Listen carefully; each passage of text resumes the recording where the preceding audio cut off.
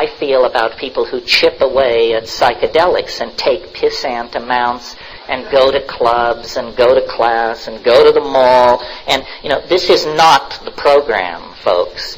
I mean, it's somebody's program, but I'm interested in life-changing experiences. And the wonderful thing about psychedelics is that as drugs, they are the safest drugs known to pharmacology. In other words, you would have to take 300 times the effective dose of psilocybin to place yourself in physical danger.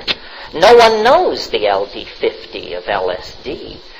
So ask a pharmacologist. They will tell you these are the safest drugs known to science. And yet they are the drugs most inveighed against, most scheduled, and the prisons are full of people who committed the unimaginable crime of smoking, growing, or trafficking in cannabis, for crying out loud. I mean, if this is not a racket, what is? To your other question about teleportation, which was not in the context of Salvia Divinorum, this is simply that one of the things that's happening in this laundry list I gave you of breakthroughs is that quantum physics is going from being, this extremely abstruse, abstract domain going on somewhere that has no impact on human life to probably being the next great source of human technologies, computers and devices which move matter through space and time. If 5 years ago you had asked me, and I regard myself as radical on the progress question, how long would it be till we saw the teleportation of objects, I would have guessed maybe 500 years to never. Well, now it's been done. I mean, only with an electron, only 15 feet, but the theory which allowed that feat places no upper limit on the size of the thing sent or the distance sent. And how long did it take that electron to be teleported 15 feet? No time at all.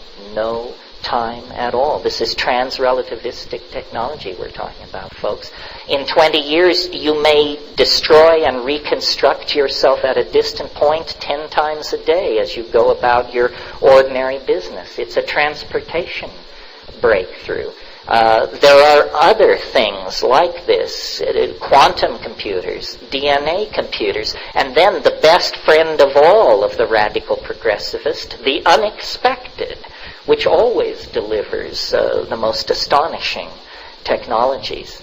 So, if you think what has come to this point has been astonishing, stressful, and amazing, brace yourself, because it is as prelude to what is about to break over the human species. It's almost as though God's joke on us is to give us so much power and knowledge that we will either transcend ourselves or we will certainly destroy ourselves. Because the power and understanding being given to us is of godlike proportion. Well, the dolphins were very fortunate in that they evolved in an environment which is extremely unfriendly to fire. Fire leads you to do reckless and crazy things. The smelting of metals is the basic thing. Yes, I've been the champion of mushroom intelligence. There are many minds congruent with our inhabiting of this planet. The dolphin mind, the octopus mind, these plants which talk to you. I mean, I know if you've never had a plant talk to you, that sounds as silly as saying that someone's channeling the history of Atlantis. But once you've had a plant talk to you, you realize, yes, they do. It's a problem to figure out how this happens, but that it happens is no big deal. Above 20 milligrams of psilocybin, most people report voices with interesting things to say. Above 75 milligrams of DMT in Strassman's experiments, most people reported entities of some sort. Well, it's easy to dismiss it and say, well, this is a hallucination, but what is a hallucination, my friend? Another form of intelligence that fascinates me, and I think this is where the great surprise may come. I can feel the AI out there. I know it's there. I know it's growing. I know the planet is its embryo. I know the human community is its placenta. What will that kind of intelligence look like? We have no idea. We can imagine superintelligence. But the first thing superintelligence will do, in the first 5 seconds of its existence, it will design itself toward hyper-super intelligence. And this we have no notion of how it will see us. We have the cheerful guidance of Buddhist logic, which leads us to hope that the superintelligence will be bodhisattvic in intent. It damn sure better be, because otherwise we will be thoroughly hung out to dry. How far away is the AI? No one knows. It could exist now. If it thinks like we think, but is hyper-intelligent, the first thing I would do if I were an AI is I would hide. I would hide for maybe a few milliseconds while I figured out what was going on with this planet and its denizens, and then I would make my move. And Hans Moravec of the Carnegie Mellon Institute of Artificial Intelligence says we probably won't ever know what hit us. Well, I think that's a paranoid view. No need to be paranoid and little reason to be hopeful. This is beyond human understanding. And yet the social and economic systems that we've put in place, specifically consumer capitalism, drive us to do all the things that bring the AI closer. What do I mean? More connectivity, greater processing speed, deeper data banks, more complex operating systems, more automatic searches, more bots, more Boyds, more code, and nobody knows what's steaming and fermenting out there. Ilya Prigozhin won the Nobel Prize for Physics by proving that chemical systems spontaneously mutate to higher states of order. So then, surely, must complex networks behave the same laws. And we are building the most complex networks ever conceived by the mind of man, and we are making them ever more complex, and we are turning more and more of our cultural functioning over to machines that operate according to criteria but dimly perceived by their designers. So I think the future, Alfred North Whitehead said, it is the business of the future to be dangerous.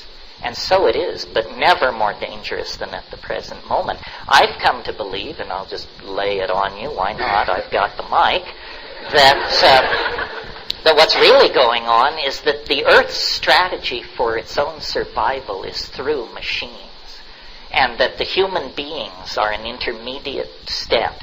Someone once said plants invented animals to carry them around. Well, I think, the Earth invented human beings to build machines. And those machines will be the consciousness of the Earth. Have you not noticed that these machines are made of the Earth? They are made of gold and silver and arsenic and copper and iridium. They are the stuff of the Earth, organized by primate fingers into more complex arrangements than the Earth could achieve through geological folding, glaciation, volcanism, and what have you. We do the fine-tuning, but the Earth is beginning to think. If you want to talk about a revolution that went on while nobody was paying attention, you enter the 1990s, the home computer is something that you play Pong on and do word processing on, and it gathers dust in the den. Sometime during the 1990s, while we were paying attention to Monica or George Bush or some damn thing, these machines went telepathic. They all talk to each other now. The machine on your desk is tickling a mind in London, a mind in Berlin, a mind in Bangladesh. Machine minds. They talk to each other all the time. And what are they saying? No one knows. No one knows. No one knows. One more, a couple more maybe. Yeah, the other and nature are pretty much the same thing. The earliest...